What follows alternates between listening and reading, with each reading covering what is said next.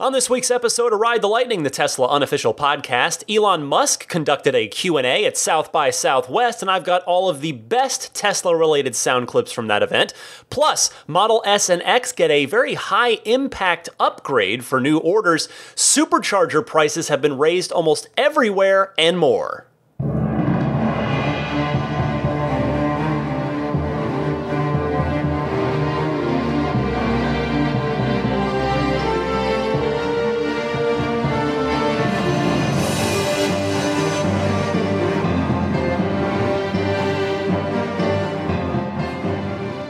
Howdy, friends. Welcome to Ride the Lightning. It is the Tesla unofficial podcast, episode number 137 for March 18th, 2018. I am Ryan McCaffrey, and I am joined, of course, as always, by Daisy the Boxer Puppy, who is currently sleeping atop, what else? A pile of blankets. She's found the softest, comfiest spot and has plopped herself down right there. She comforts me as I can just pet her as I do the podcast. It always helps. Anyway, I wanted to start off with a quick show note, housekeeping note. I wanted to apologize to any of you who may have been affected by an audio issue last week. It was when the audio clip from the Goodyear representative played. A number of folks reported to me that it just came through as a garbled mess. And I just have no clue how that happened because the source file was fine. The Patreon player version was fine for the folks that had early access. And then when it posted to the world on Sunday, I went onto iTunes and just played it from there, and that was fine. But somehow, some way, it seemed to mess just that part up for some people. I didn't do anything differently from my usual production process, so I'm not sure if anybody has any ideas on that. Feel free to email me. I have recorded what I think is a better version of it, and I'll put that at the very end of this week's show rather than play it again now just to save a minute in case you did hear it fine last week. There's a ton of stuff to get to. I don't want to waste any time. Other than one other quick housekeeping note, if anything happens big-time news-wise on Friday, I apologize, or if it happened, I guess, as you're listening to this, I apologize for missing it. I had to record the show early this week. I'm recording on Thursday night because I have a function to attend on Friday night. Now, thankfully, the week was so front-loaded with so much cool stuff going on that I've still got what should end up being a very, very full show, probably a pretty long episode this week. And I want to start that with Elon Musk's Q&A at South by Southwest. He talked for well over an hour. I think it was about an hour and a half. It was moderated by Jonathan Nolan. It wasn't, I guess moderated is the wrong word, just sort of hosted. It was Jonathan Nolan, who is Christopher Nolan's brother and an accomplished showrunner himself. He's one of the showrunners of Westworld on HBO. And yeah, he sat down with Elon, and he is evidently good friends with Elon in real life, and his brother Kimball Musk came out at one point. You'll hear him coming up, but I of course went through and plucked out all of the good Tesla-related clips here, and I'm going to play them for you with a little commentary. He didn't talk too much about Tesla at this. It was mostly SpaceX stuff and some bigger picture, Elon Musk things, and sort of more into his backstory. But he did talk a little Tesla, but not without having a little fun first. Here's Elon Musk when asked, who inspires him? Everyone in this room is inspired by you. Who are you inspired by? Well, Kanye West, obviously.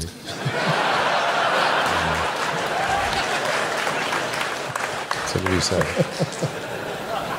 By the way, I wanted to quickly point out on the topic of weird audio issues, if the audio sounds a little strange on these clips, it's definitely not my fault this time. The live stream itself had some strange audio issues, so it should still all come through all right, but just wanted to point that out in case that happens to be bothering you a little bit. But anyway, on that Elon joke about Kanye West, I'm not sure where that came from, but as you heard, it got a pretty big laugh in the room. Now, let's get on to more serious Tesla topics, shall we?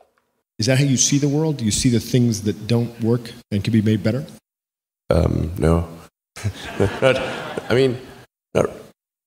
I don't sort of like look at things and say, okay, what's the rank ordered business opportunity from a financial standpoint or anything like that. It's really just like there's some things that don't seem to be working that are important for for our life and for the future to be good. And I have to say that if one were to say, like, where is if one were to do a risk-adjusted rate of return estimate on various industry opportunities, I would put like basically building rockets and cars pretty close to the bottom of the list. That they would have to be the dumbest things to do. Just because you look at the auto industry, and in the U.S. auto industry, the only two companies that haven't gone bankrupt, at least at some point, are Tesla and Ford. Every other company got bankrupt or was failing and got acquired. There's only two companies that haven't gone bankrupt, and there's a big graveyard of companies that did. So, and you're going up against entrenched competitors. There's no... I gave basically both SpaceX and Tesla from the beginning a probability of less than 10% of likely to succeed. I find that interesting. I wonder what would have happened if Elon would have ended up passionate in his life about something else and just pursued something else entirely, some other industry, like even in like video games. He does play video games. What if he had ended up dedicating himself to video games? Would he have become the best programmer in the world, like a John Carmack level kind of programmer? I wonder about that. Who knows? But in any case, here's Elon commenting about Tesla and how sort of the world perceives Tesla sometimes. But for all the drama of SpaceX, I think Tesla's actually been probably 2/3 of my total drama dose over time. Tesla's a drama magnet. It's crazy. He's said this before, but it's always interesting to hear him mention it. I mean, here he laughed it off. He didn't sound beaten down by it, which is always good to hear. Next, coming up now, was the big Tesla quote of the entire Q&A session. So take a listen to this. We'll see this also with self-driving. I think probably by end of next year, self-driving will encompass essentially all modes of driving and be at least 100 to 200% safer than a person by the end of next year. We're talking like maybe 18 months from now. I wonder if that quote alone will change some people's minds about whether or not to order the full self-driving option with their Model 3s rather than wait and pay the higher price later. I know, I have to say, it's gotten me back on the fence again. I had been I've been wavering. You've heard me say, lately I've been in the no way, I'm going to wait and just pay the $4,000 later and, sort of save up for it to pay it later. But I'm back on the fence again, even though I know I should take Elon Musk timelines with a grain of salt. He actually even acknowledged that at a different point in the Q&A. But there you go. Very interesting quote there from Elon Musk. He's extremely bullish on the fleet learning and the sort of exponential machine learning that he claims to be going on with the Autopilot stuff. So we'll see what happens in the coming months. We're supposed to get the full self-driving demo in 3 to 6 months, and we'll go from there. Next up, Elon was asked about the most difficult things in his life right now and what stresses him out. So one answer may not surprise you at all. Well, right now the only things that are really stressing me out in a big way are AI, obviously. That's like always there. And I'm working really hard on Tesla Model 3 production. We're making good progress, but it's hugely hard work. But those are the two most stressful things in my life right now. I want to be careful not to read into this too far, because a pessimist could interpret this as him saying, oh, well, Model 3 production's clearly still not going well. But optimistically, it could still be stressing him out, even if the ramp is absolutely proceeding according to the revised timeline and they are in fact still set to get to the 2,500 car per week level by the end of this month, which of course also happens to be the end of the quarter, and it also happens to be in about 2 weeks. On the other hand, though, I am glad to hear that it does in fact remain a top priority for him. Just one more quote that was Tesla related from this event. I do encourage you, it's always interesting to me to hear Elon speak. Go to, I believe it's, the archive should still be at, it's SXSW, South by Southwest, SXSW.com/live. That's where it aired live, but I believe the archive is there as well. It's, again, it's long. It's about an hour and a half, but it's always interesting to hear Elon speak. So if you're curious to listen to the rest of it, a lot of SpaceX stuff, it's an AI stuff as well. Check that out. But here's the final clip. This is Kimball Musk, his brother, joining Elon on stage, and the two of them talk about the early days of Tesla. I warn you, this is an extremely long clip. It's a 10-minute clip, so take a look at where you are right now. If you want to skip this and just get to the Tesla news, please skip ahead 10 minutes now. Otherwise, enjoy Kimball and Elon revisiting the early days of Tesla. Let's see. So, talking to Kimball, thanks for coming on, about the things that I thought would be most important to work on for a long time, all the way back to college days. Electric cars are something I've been interested in since I was, 18, 19. When do you first recall hearing me talk about electric cars? Just curious. First time was, well, you talked about it in the 90s a lot. We used to brainstorm a lot randomly, even in, I think we were 20 years old. And the first thing I remember us brainstorming was solving connectivity amongst doctors. Huh. And we were on a road trip from... That was hopeless. Huh? A long time ago. We had a lot of doctors in the family, so we had the information. But the idea was really to solve that problem where we from Silicon Valley to Philadelphia, brainstorming how you do it. This is before the internet, so we in our minds designing network computers, doctors talking. This has all happened, of course, over 25 years. But that's sort of the first time I remember us really trying to solve a world problem. And unless it was a world problem that was really important, it just wasn't that interesting to us. Electric cars, you talked about for a long time, but I remember walking into your house once. This is in probably 2002 or 2003. And you had these plans laid out that the team at Tesla had, or the earlier guys had basically said, we're going to take this Lotus Elise and we're going to convert it into an electric car.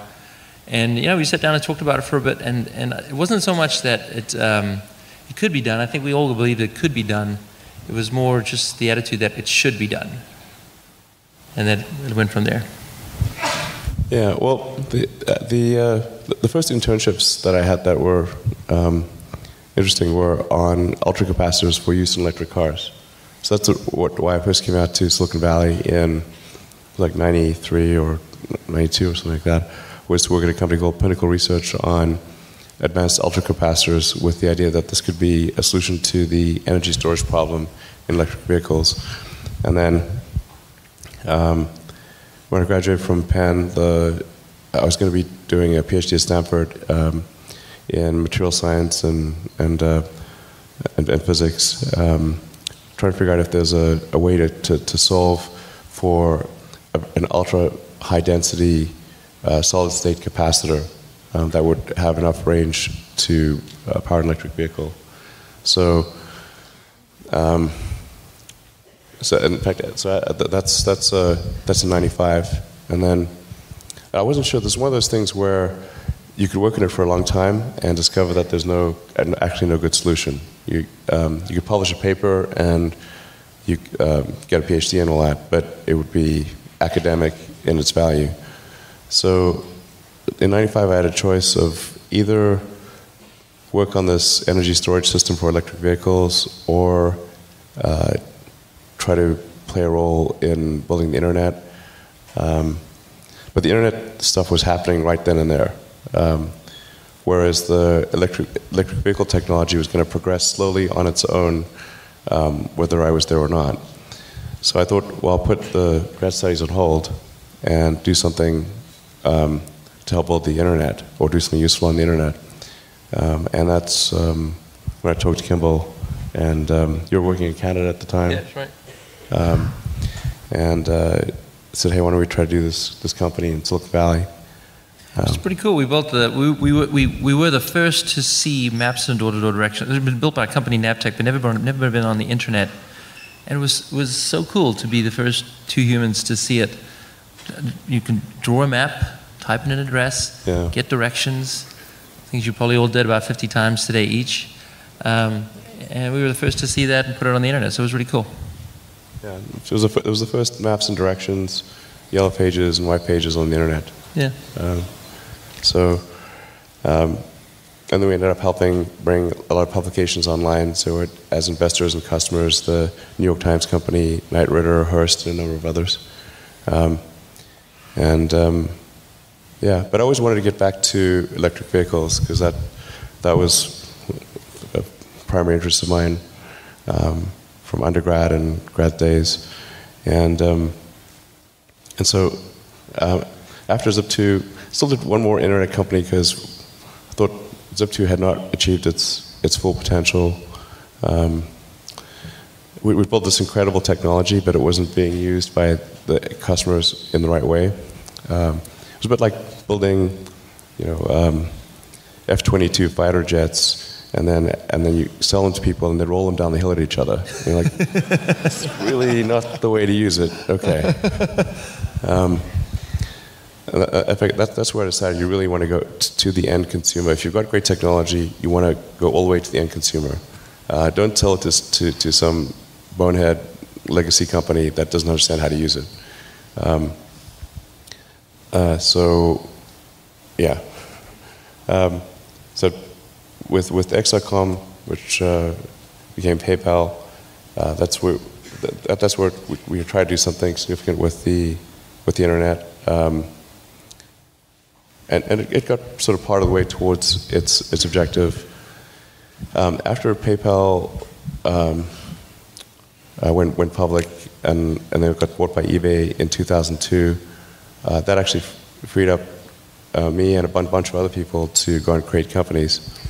And I started debating between either solar, electric car, or space. I thought space was like the least likely to have somebody, the least likely to attract entrepreneurial talent. I thought like nobody is going to be crazy enough to do space, so I better do space. So I started off with space first, and then about a year and a half later, in 2003, I had lunch with J.B. Straubel and Harold Rosen, and it was at this like fish restaurant in El Segundo. And Harold Rosen had been involved in space and electric vehicles, and JB had just graduated from college and was working with him, and the conversation turned to electric vehicles because Harold had done something called Rosen Motors, which was like an attempted EV startup. And I said, well, I've always been super interested in electric vehicles. I was going to do my PhD on advanced energy storage. Sorry. I was going to do grad studies on advanced energy storage techniques for electric vehicles. And so JB said, well, have you heard of this company called AC Propulsion? Because they had created the T0 electric sports car as a prototype. And I was like, wow, that's great.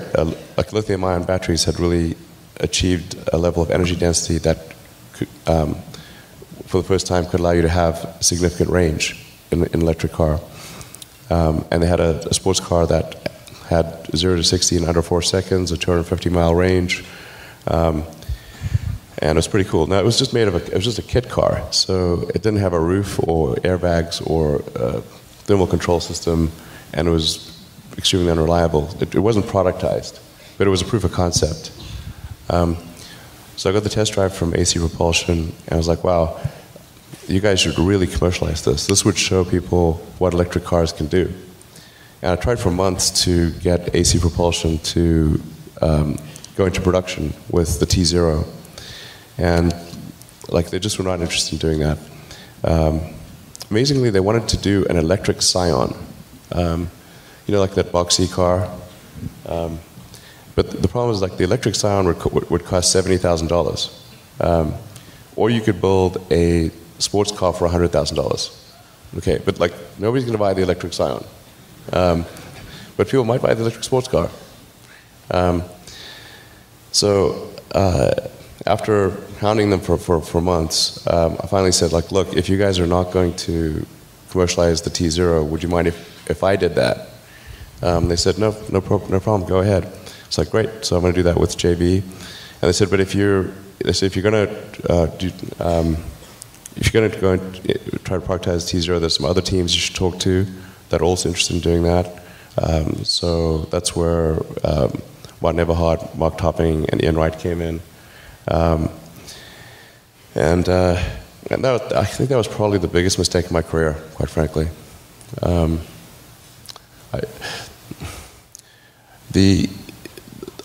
I think whenever you think you can have your cake and eat it too, that's something you're probably wrong.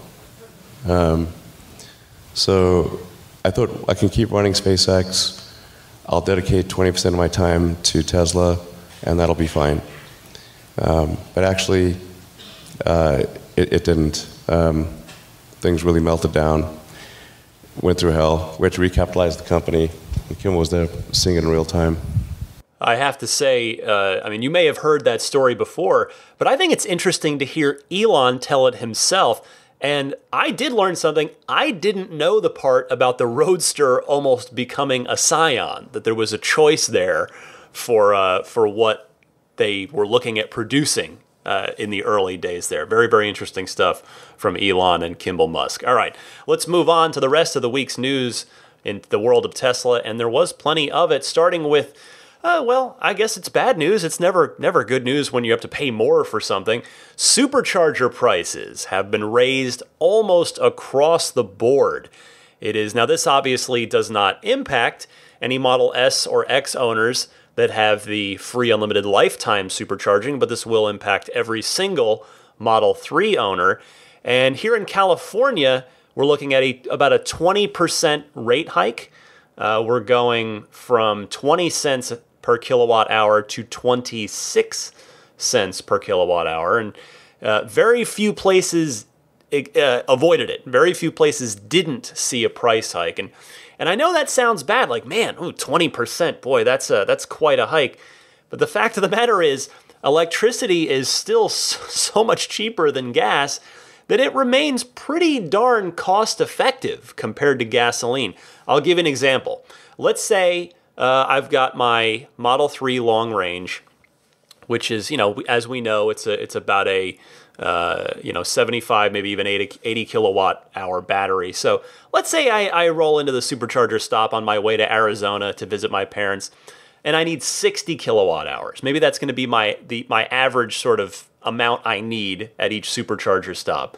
The old price of 20 cents per kilowatt hour would mean that would have been a $12 charge up for those, adding 3/4 of the battery back into the car, 3/4 of a charge that I would need there. And that's even if I'd be, forget it. It actually wouldn't even be filling up all the way. Wouldn't even be charging all the way. You're not supposed to charge up all the way. Let's say I'm rolling in at almost zero and charging to 60 kilowatt hours. And anyway, so 60 kilowatt hours, $12 on the old rate, versus, by the way, that would be about $7 or $8 to do that at home on your sort of day-to-day. If you're charging overnight at the off-peak hours, California, you get about 12 cents per kilowatt hour typically on PG&E, which is what a lot of us in California are on. Of course, the home charge is going to be a lot slower than a supercharge, but there you go, just for a point of reference and comparison there. Now, at the new supercharger rate,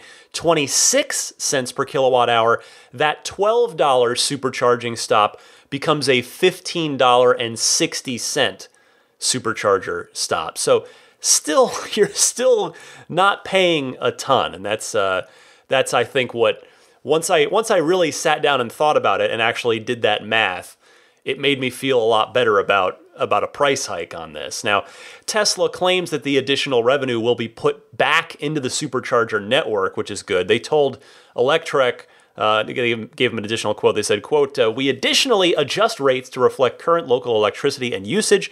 The overriding principle is that supercharging will always remain significantly cheaper than gasoline, as we only aim to recover a portion of our costs while setting up a fair system for everyone.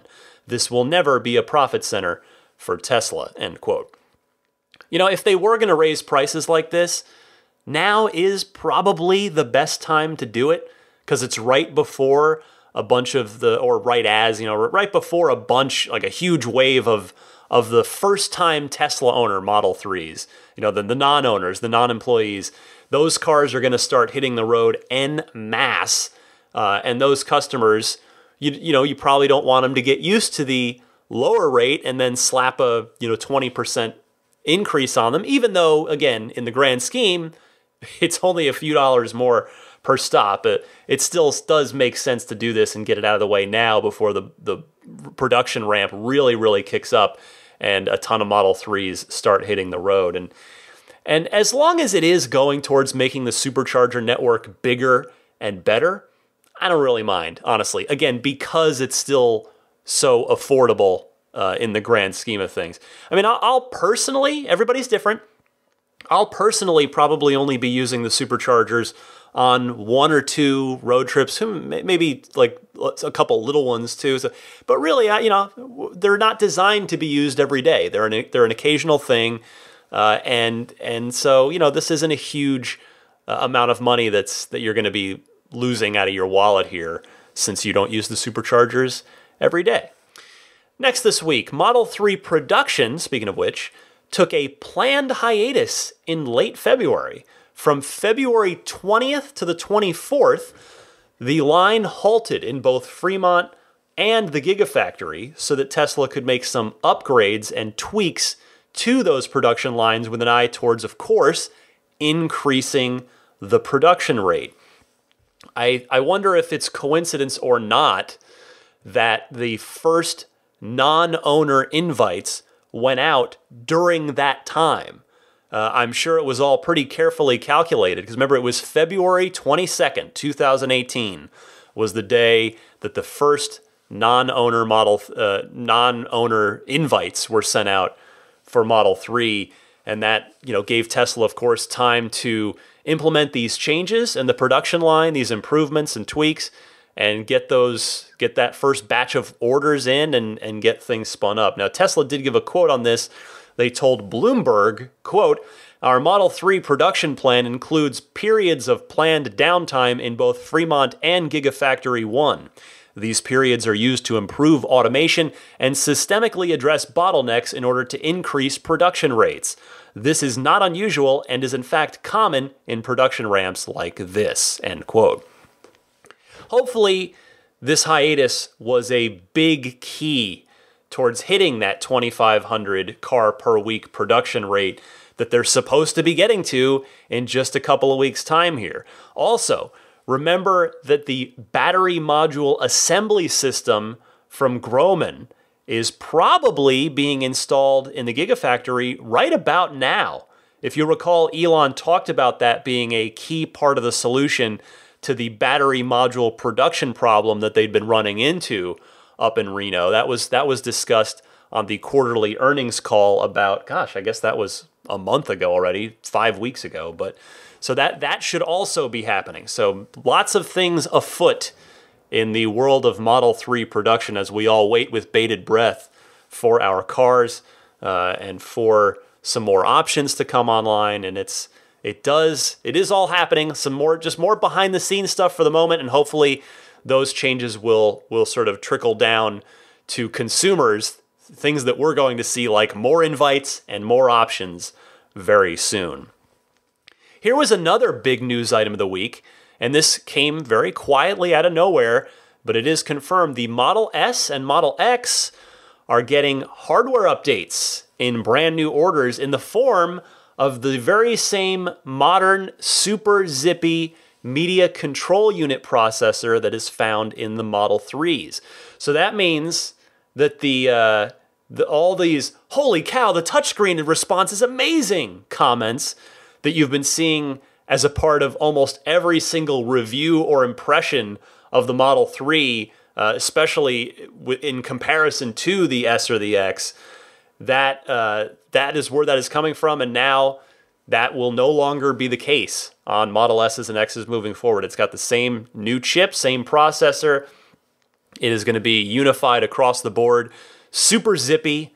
Really looking forward to just having that be the new normal in the Teslas. Now, that begs the immediate question, can older Teslas be upgraded? Now, all of you that are hearing this for the first time that own an S or an X are all thinking it right now. That was the first thing to go through your mind.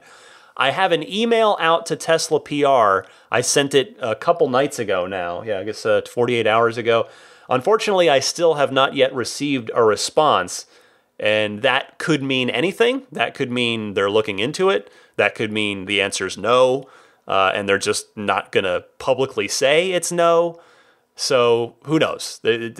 Don't give up hope just because I haven't gotten a reply back from Tesla PR. But hopefully it will be possible to upgrade and retrofit earlier cars, because you've got things like dual motor and Autopilot 2 cameras that can't be upgraded from older cars, or upgraded to, I should say.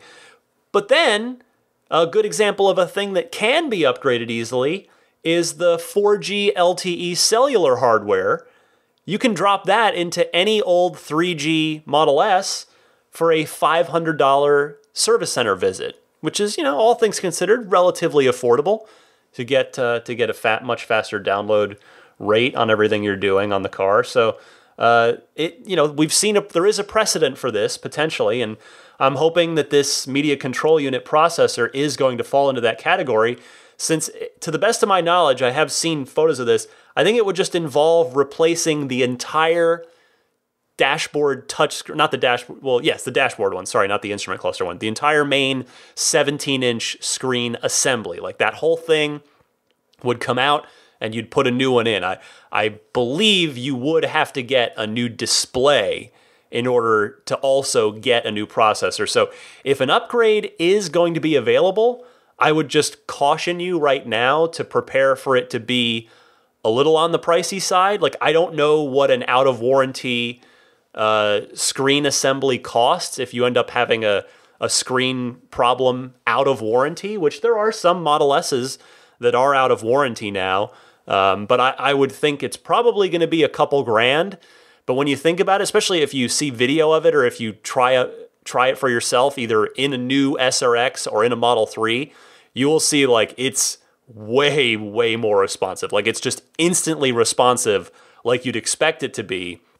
Whereas the S and the X, the web browser is particularly sluggish, and some of the other, like the map is a little rough too on the interface there with the responsiveness. So we'll see what happens. Of course, if I do get anything back from Tesla PR, I will pass it along to you regardless of what they say. I will pass it along. So hopefully I'll have something for next week's show on that. Speaking of updates, the Model 3 got a software update, while the S and the X are getting a hardware update this week. But this is a big software update for the Model 3. It's notable for one thing in particular. One thing alone that I'm going to mention because it had some other bits and pieces in it as well. But heated rear seats. So the long-running pseudo-mystery involving whether or not the Model 3 has heated rear seats has now been solved. I would say this is almost certainly going to be a premium package only option. So, of course, every Model 3 being built right now has the premium package, but I would not expect that as a standard feature. I'm sure it's going to be part of premium. I don't know for sure, obviously, but it is good nevertheless to see that get turned on.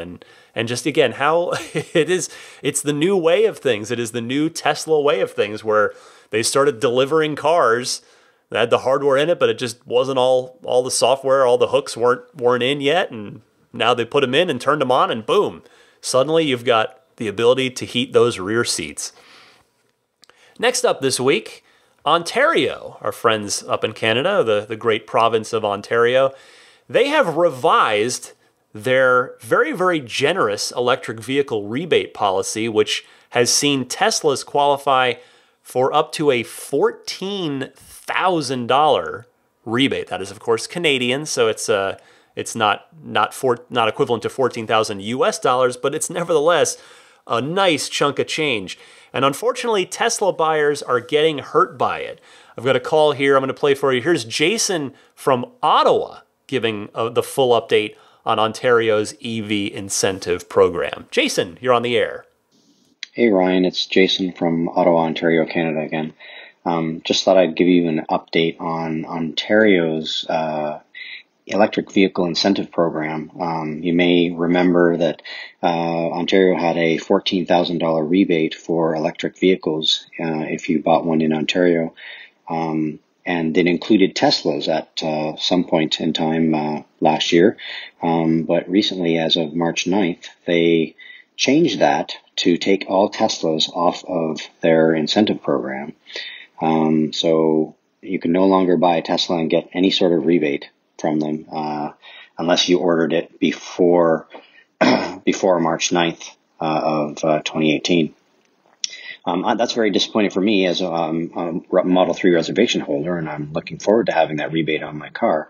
Now, the incentive, they say, the new update to the incentive says there is no rebate for a suggested retail price of $75,000 or more. So that's probably why all of the Teslas are taken off. I'm hoping that doesn't include the Model 3, which should come in under 75,000 Canadian. I'm hoping, with the four-wheel drive model that I want. Anyways, I thought I'd send that out to you. You may have already gotten this from some other people, but thought I'd call in anyways. Thanks very much. Love the podcast. Bye for now. Thanks for the call, Jason. And I have to say, I'm of two minds on this. On the one hand, I can understand removing the rebate on expensive EVs like Teslas and, for instance, coming up the Jaguar I-Pace, because if you can afford an S or an X, you probably don't need any rebate, financially speaking, let alone such a generous one. On the other hand, if the point is to help sway people into buying zero-emissions vehicles, wouldn't you want to incentivize that regardless of the cost of the car? Because a potential Model S or X buyer is probably going to be cross-shopping that against an ICE like a Mercedes S-Class or a BMW 7 Series or something like that. So wouldn't you want those people to go ahead and buy the electric version in the class that they're shopping in? So that's where I lean to on this. Again, I can sort of see, you can make the argument the other way, but I think the greater, for the greater good, I would think in the spirit of the rebate, you'd want to incentivize all EVs regardless of how much they cost. Now, as to your concern about the dual motor Model 3 sneaking in under this new $75,000 Canadian price cap, I'm confident that it will. Although I know that Canadian pricing for Teslas has varied from US pricing in the past, even when accounting for the exchange rate. So the question I have that I don't know the answer to is that $75,000 limit on the base price or the out-the-door price?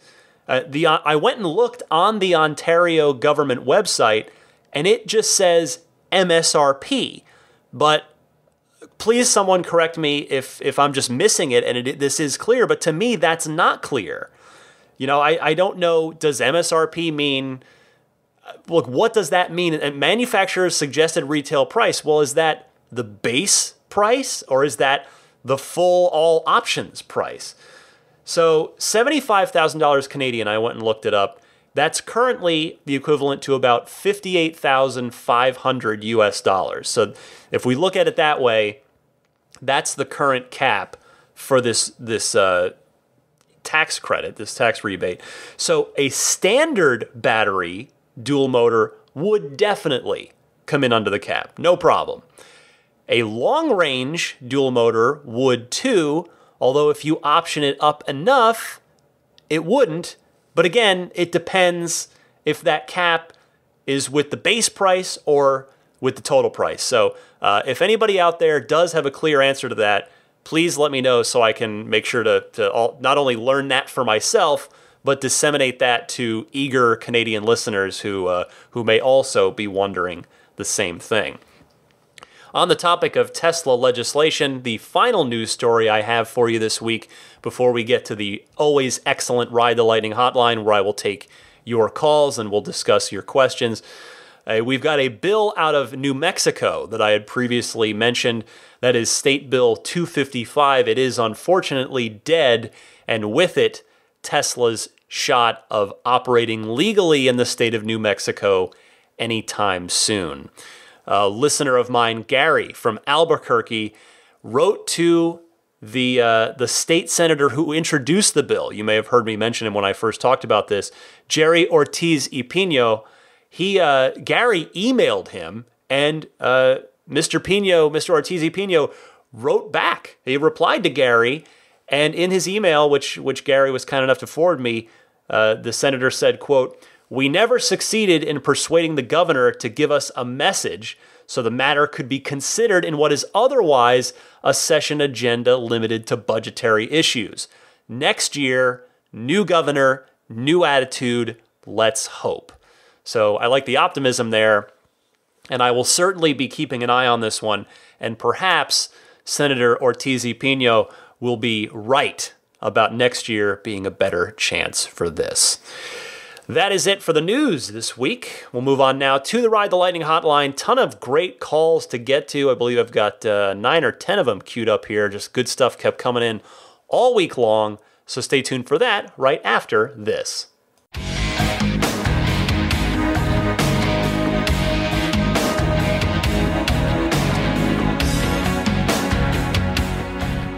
Welcome to the Ride the Lightning hotline. I want to start this off by actually mentioning something I forgot to mention last week, and that is the new Patreon exclusive bonus episode with all of the extra excellent calls that I can't fit into the regular weekly show. They go in and get, we do basically a mailbag show, hotline show, once a month on Patreon. The topics covered on this month's episode include Elon Musk and VR, Model 3's delays, Model S and X owner priority on Model 3. There's a software feature idea in there. Model 3 impressions from some callers. Long-term battery degradation is discussed. Model 3's UI, blind spot monitoring, Model 3 maintenance, etc. And the listeners featured on that episode on Patreon, we've got Damon from Illinois on there, Mike from Boston, Jeff from Fargo, Alex is in there, Danny in Oregon, David from Salt Lake City, John D. in Central Massachusetts, Alonzo in Washington, D.C., Andrew in San Diego, Alex from Vegas, Mike from Charlottesville, Ross from Minneapolis, Ron from Nashville, Robert from Chicago, and Zach from Jacksonville. And one other quick thing I just wanted to point out, if you're not with me on Patreon, at least or at the $10 or higher level, to get access to that extra episode, I decided to just try something. We'll see if people like this or what, but I made the February episode, the February bonus episode, free for everyone. So even folks that are not on Patreon or not at the $10 level or higher. So if you want to check that out, just go to patreon.com/Tesla podcast. And I think just go into posts, the posts tab, and you probably might have to scroll down a bit to get to it, or I think you'll find it. You guys are all super smart. You know how to work websites. Look for the Patreon bonus show from February. Anyway, let's get rolling here with this week's calls. Of course, if you want to participate, which I sincerely encourage, I love hearing from everybody. Call me with your questions, your comments, your discussion topics from the world of Tesla. You can do that one of two ways. You can either use your smartphone's built-in voice recorder, record something and email that file to me at teslapodcast@gmail.com, or you can call in anytime and leave a message on the toll-free Ride the Lightning hotline. That phone number is 1-888-989-8752. That's 1-888-989-TSLA. And if you know someone special with an upcoming birthday, anniversary, graduation, or some other special occasion, you can give them a unique gift of recorded voice and friends feeling telling them why they're special. Reading this as fast as I possibly can. The recordings can be podcasted or to put onto a keepsake. Visit lifeonrecord.com to learn more. Let's kick it off with Eric in Australia. commenting, following up on my comment about Autopilot follow distance. Eric, you're on the air. Thanks, Ryan. It's Eric Levin from Australia calling again. Just responding to your comments about the following distance when on autopilot. My wife's ICE car allows you to set the following distance in time. So if you have, say, 2.5 second gap, then the slower you go, the shorter the gap and the higher your speed.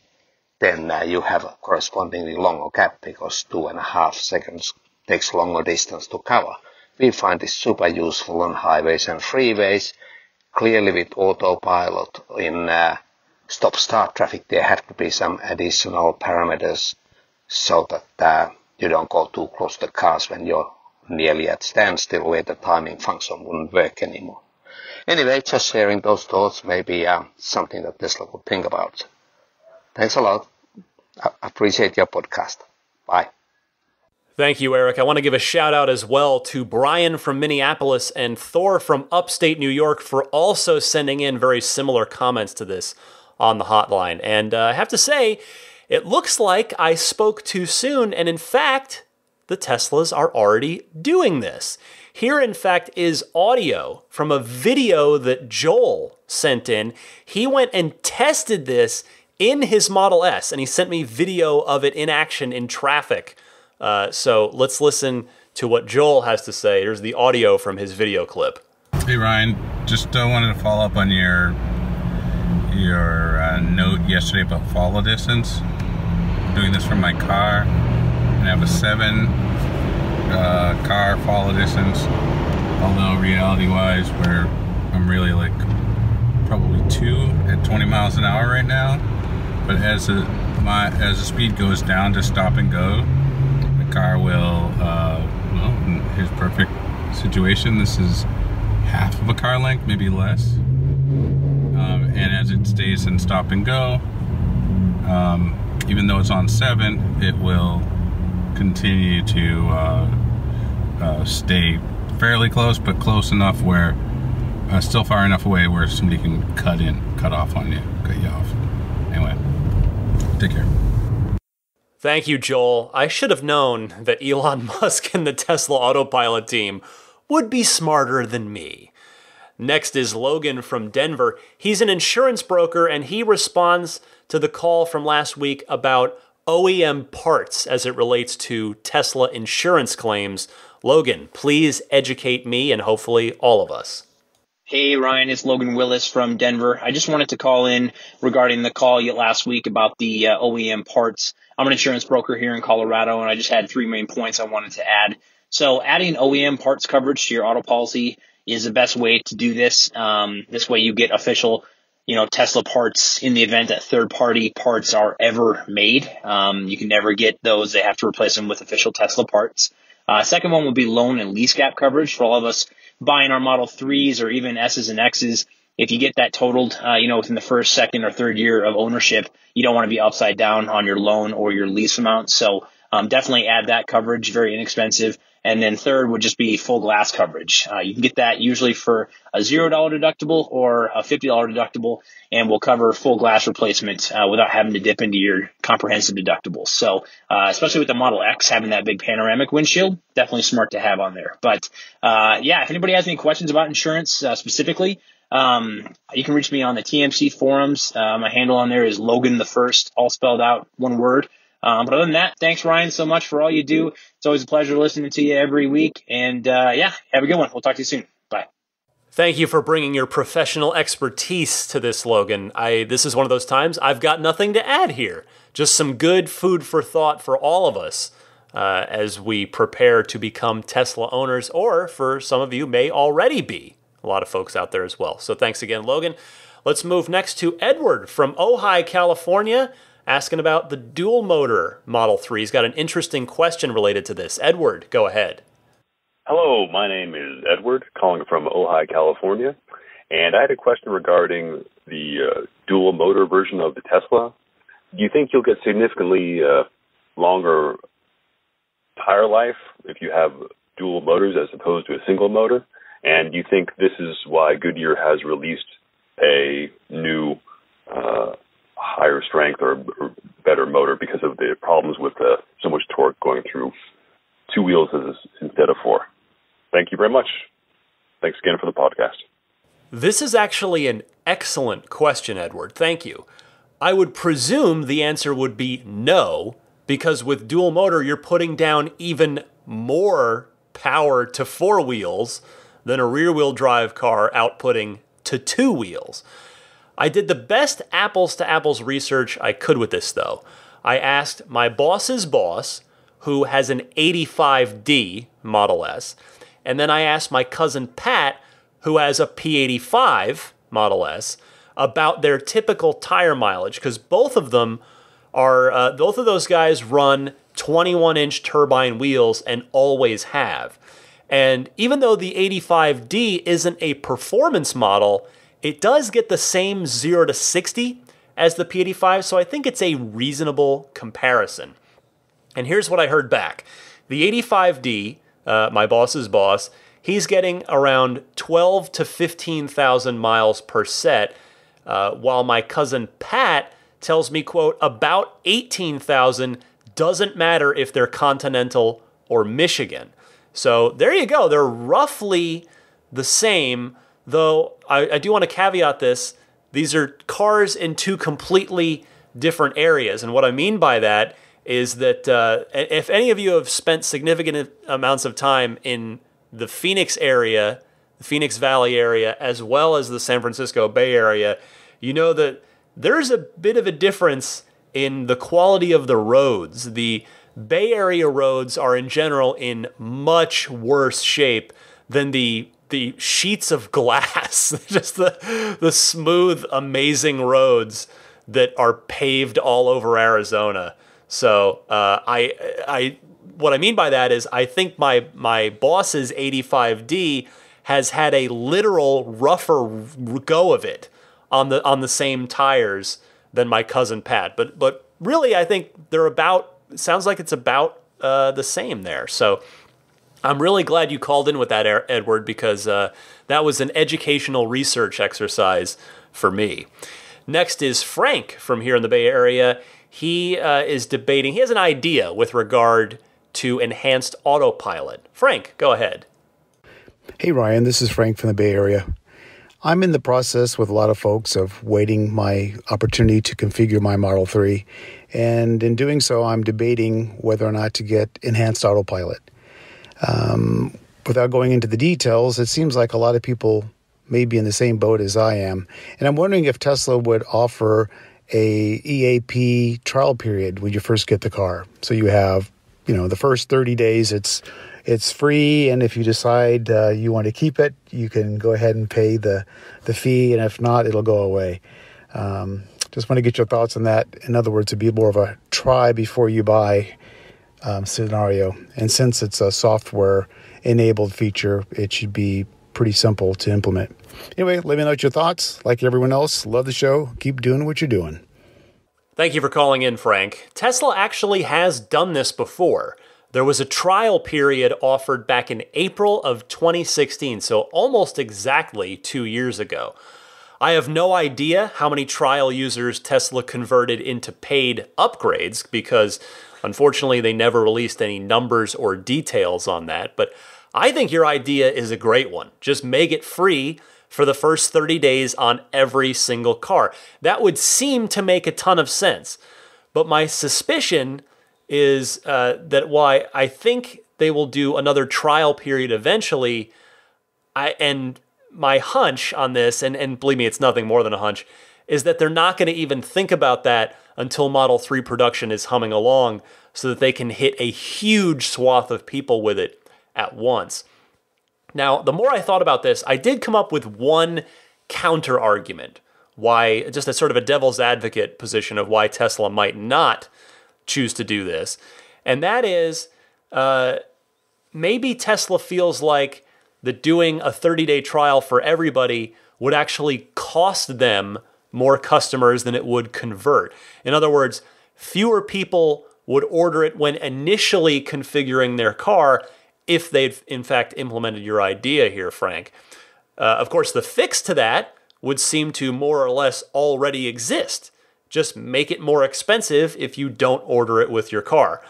For what it's worth, I would personally highly recommend Enhanced Autopilot, even with my relatively minimal experience using it, because to me, once you get comfortable with how to use it and how not to use it, it really does make highway driving a heck of a lot more relaxing. And I don't know, maybe you do nothing but city driving, so it wouldn't be as much value to you. But just my 2 cents there. Take it or leave it.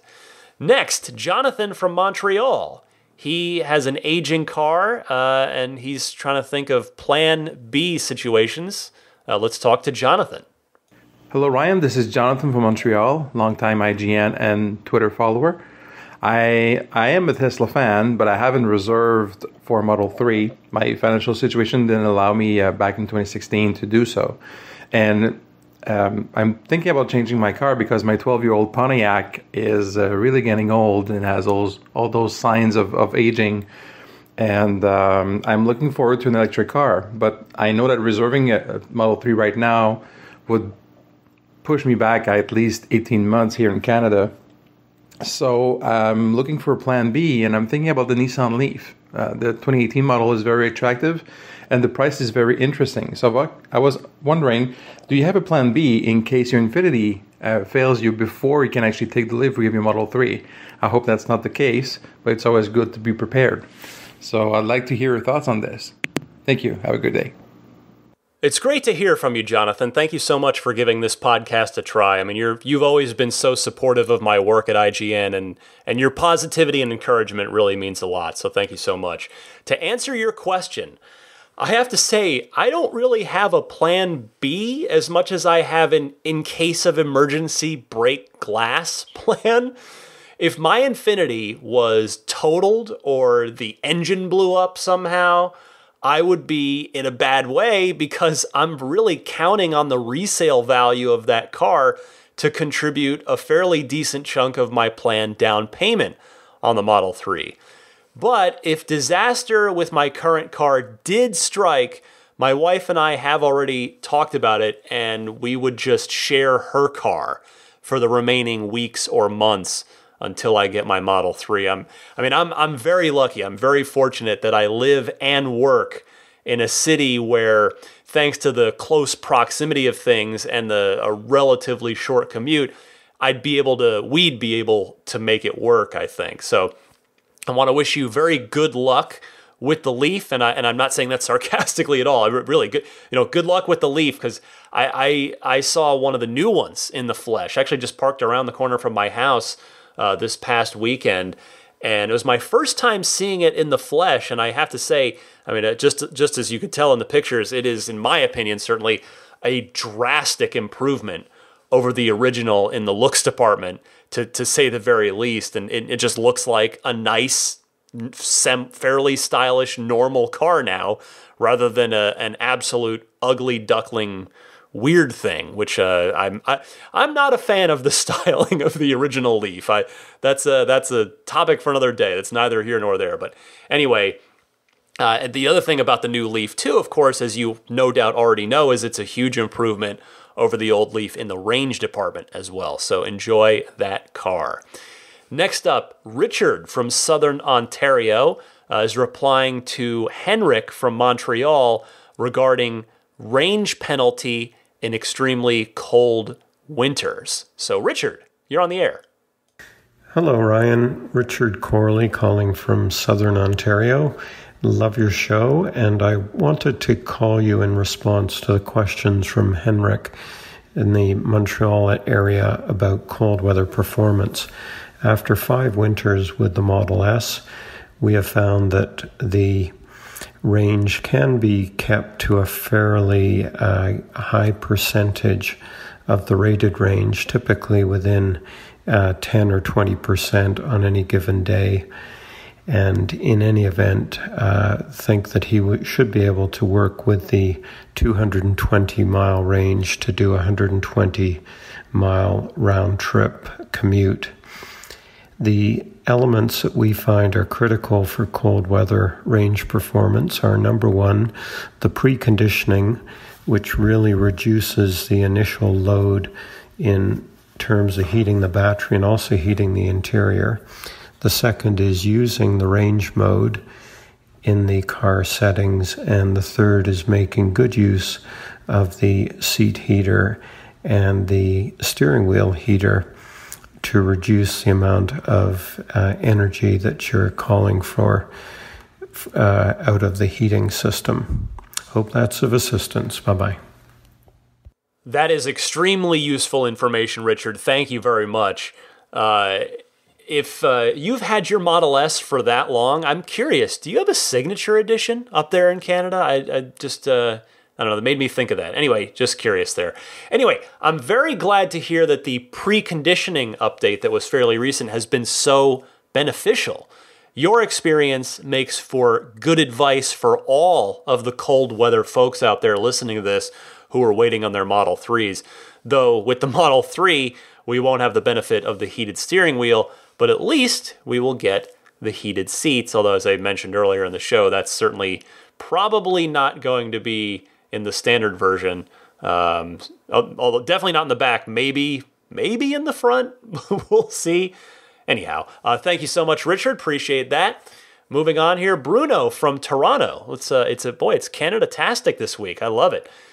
He wanted to throw a little more evidence onto a previous discussion as well. So, Bruno, you're on the air. Hey there, Bruno from Toronto, Canada.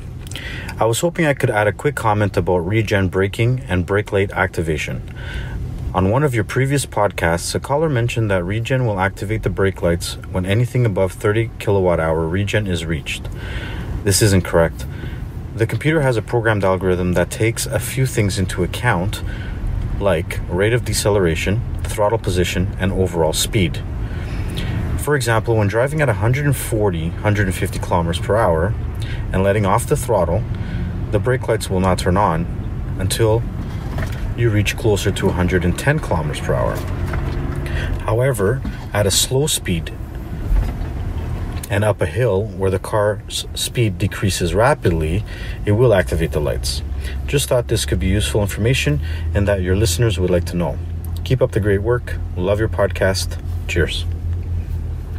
Thank you for the call, Bruno. This is yet another call that I have nothing to add to. I appreciate all these clarifications. I must say, I understand this feature of the Teslas a lot better now than when we first started talking about this a couple weeks back. So I appreciate this added clarification. And this is exactly why I love the Ride the Lightning portion of the show, because it allows you guys to get involved, and I often get to learn something as well. Got two more calls this week. Our penultimate call for the week comes from Ray in Philadelphia, who is eager to get his hands on a Model 3 after recently acquiring a Model S. So, Ray, go ahead. Hey, Ryan, this is Ray from Philadelphia. I was just curious. I know that you had reported on if you're an existing Tesla owner and you put in a new reservation for a Model 3, you can get to configure it very quickly. Do you know the time frame that we should expect to be able to configure our Model 3 if we're already an existing Tesla owner? I put in a reservation about 2 weeks ago now and have yet to get any kind of email confirmation to configure that. Anything that you could give me would be helpful. I would appreciate it. Thank you very much. Love the show, and keep doing great work. Howdy, Ray. It's nothing scientific, I'm afraid, and the invites have been going out in waves.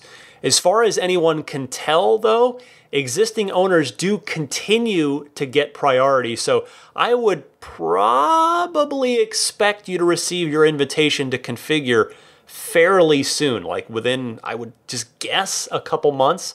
Regardless, enjoy your imminent Model 3.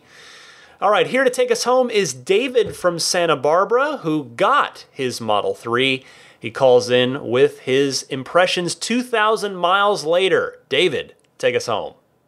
Hey, Ryan, it's David calling from Santa Barbara. I'm calling in with my first impressions of the Model 3. I picked it up at the end of January, and I've got about 2,000 miles on it now. And so I just wanted to share my early thoughts. To contextualize my comments, I've been an Evie driver since 2011. My gateway drug was the Nissan Leaf. Then I went to the S, and then the X, and now the 3. And I feel like Tesla took some of the best features of the Model S, some of the best features of the Model X, and right-sized it and put it into the Model 3, and it is just a terrific vehicle. Couldn't be happier with it. Let's face it, the Model X is a big vehicle. You have to have a lot of elbow room. And with those 5 electric doors, it's kind of like a puppy dog with huge paws. Kind of have a mind of their own, and they're all over the place. So you have to have a big garage, a big motor court, big parking opportunities. And I just find the Model 3 to be a lot better size, at least for my purposes. I will miss a few features from the Model X. Having the driver's door close by putting your foot on the brake is a great feature, especially if you park at the curb, which I do often to avoid door dings. And if you've got cars coming quickly from behind, as you're getting in, the door is closing. That's a feature I'm going to miss. I'm going to miss the auto-dimming high beams. I'm going to miss the rear hatch button to close that. If you're taking things out of the trunk, you've really got to put them down in order to close the trunk. But these are first world problems, and I think I'll be fine without those. But I feel like it's got sports car handling with business class comfort. My X had ludicrous, and I feel like the Model 3 has plenty of torque and really fun to drive. So I think they really nailed it with this. Couldn't be happier.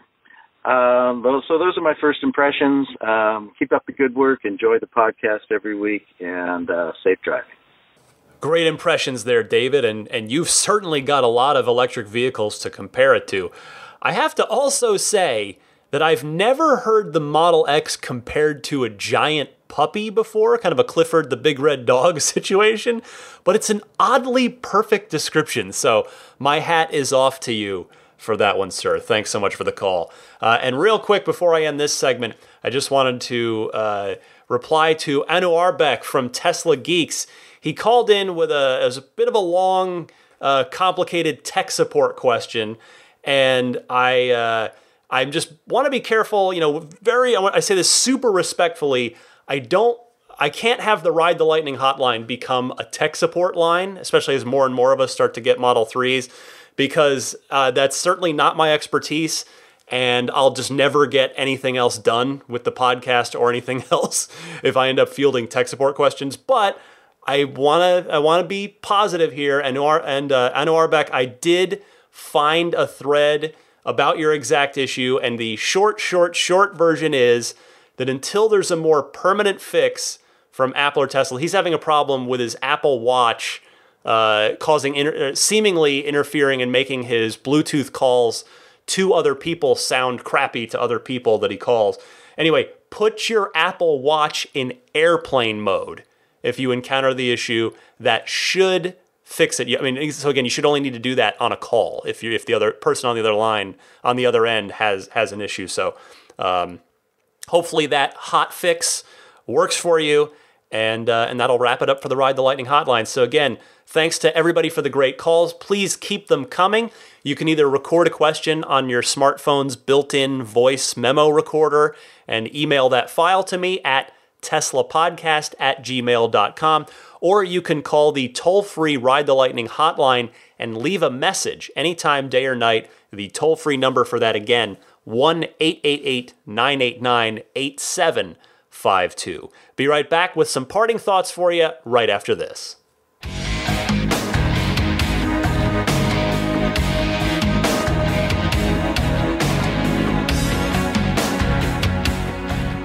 It's about time to hit the road for this week, but before I do, I want to remind you that if you happen to be purchasing a new Model S or Model X, go ahead and use my cousin Pat's referral code and get yourself the free unlimited lifetime supercharging you just heard earlier today. about how the supercharging rates went up, so you can avoid that. If you're buying an S or an X by using my cousin Pat's referral code, just give the code Patrick5008 to your sales advisor, or if you're configuring online, type ts.la/Patrick5008 into your web browser. Immaculate Reflections is there and ready here in the Bay Area to get your Model 3 protected. Get that paint just as good as it possibly can be and keep it that way. Whether you want to do paint correction, whether you want to do Seaquart's finest ceramic coating on the paint, whether you want to do paint protection film on the nose, the whole front of the car, or the whole car, whatever you want to do, they're there for you. Check them out at irdetailing.com. They're also on Yelp or Instagram at immaculate_reflections on those websites there. Of course, we've got our friends at Abstract Ocean. The puddle lights are their hot item. They continue to be. So do check those out if you're interested. Like I said, I'm either going to do the Tesla T logo or the original Model 3 logo, the 3 horizontal lines. I have not decided yet, but you can get accessories for you and your car at abstractocean.com, and first-time customers can use the coupon code RTLPodcast at checkout in order to get 20% off of your first order. You can follow me on Twitter at DMC_Ryan. You can always email me, teslapodcast@gmail.com. And then, of course, that brings us to Patreon. I want to thank the Patreon producers. These are the kind folks that are supporting me every month at the $20 level or higher. Thanks to Jeff Bartram, Paul Hussey, DJ Harbaugh, Pete White, Wolfgang Obergen, George Cassiopo, David Brander, Jonathan Wales, Alexi Heft, Lisa Kaz, Michael O'Prey, Logan Willis, Matthew Parra, Michael Lester, Robert Miracle, John Lasher, Jason Chalukas, Emotion Rentals, Richard Ouellette, Sean Fournier, Tim Hyde, Marcus Mayenschein, Lee Sweet, Lars Hoffman, Orion Coates, Peter Chalet, Harold Plug, Kenneth Martin, Michael Callahan, Rome Strack, David Vakil, Ulrich Lassa, and Luke A. Thank you all so much.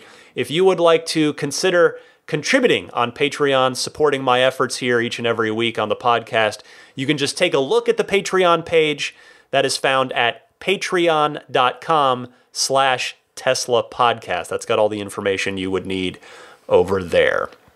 I think that about wraps it up. Yes, that's right. I did want to end the show with what should be the better version of the Goodyear representative, talking about the EV specific tires and those benefits. I've got that here for you. I really hope this one works. Hopefully most of you heard it last week and only a few people had a problem, but in any case, I'm gonna end with that, and then we'll go into the theme music and ride off into the sunset for this week. So happy electric motoring, everybody, and I will see you next week. Take us home, Goodyear guy.